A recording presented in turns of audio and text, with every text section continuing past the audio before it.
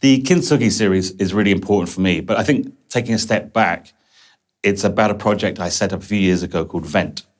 And the idea of Vent was people could download my photographs, they could create new artworks from them.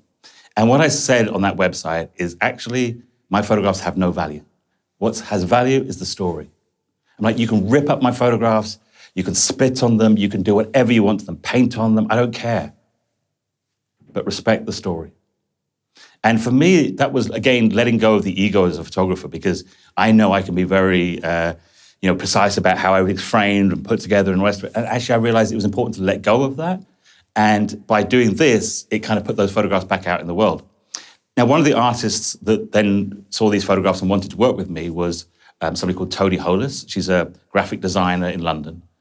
And we discussed some ideas. And I'd just come back from Japan. And when I was in Tokyo, somebody had taken me to a museum and they'd shown me these amazing pots that are called Kintsugi.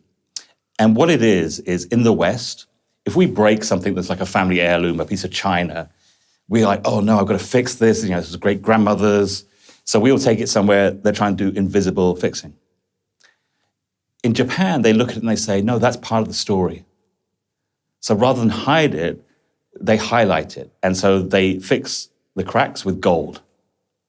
And for me, this became very symbolic.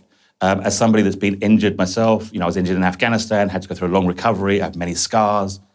I understand that idea of hiding scars and hiding emotional scars as well, not just physical scars. We get embarrassed about talking about our emotional scars. And I was like, no, it's right. What they're saying is we should highlight them because these scars are what makes us who we are. They are part of our story. And so we should not be ashamed of them, but we should be proud of them because they are what makes us who we are. And so I realized that really then fitted in with my work because a lot of the people I photograph have gone through terrible trauma. And so the word that connects with me with Kintsugi is resilience. And resilience is a word that I think is often misused. People talk about being resilient. How can I be more resilient? I remember when COVID happened, I had a lot of individuals and companies that would call me up and they'd say, Giles, you're the most resilient person I know. Can you do a talk, make us more resilient? And I think I surprised people at first because I'd say, you know what? You can't make yourself more resilient.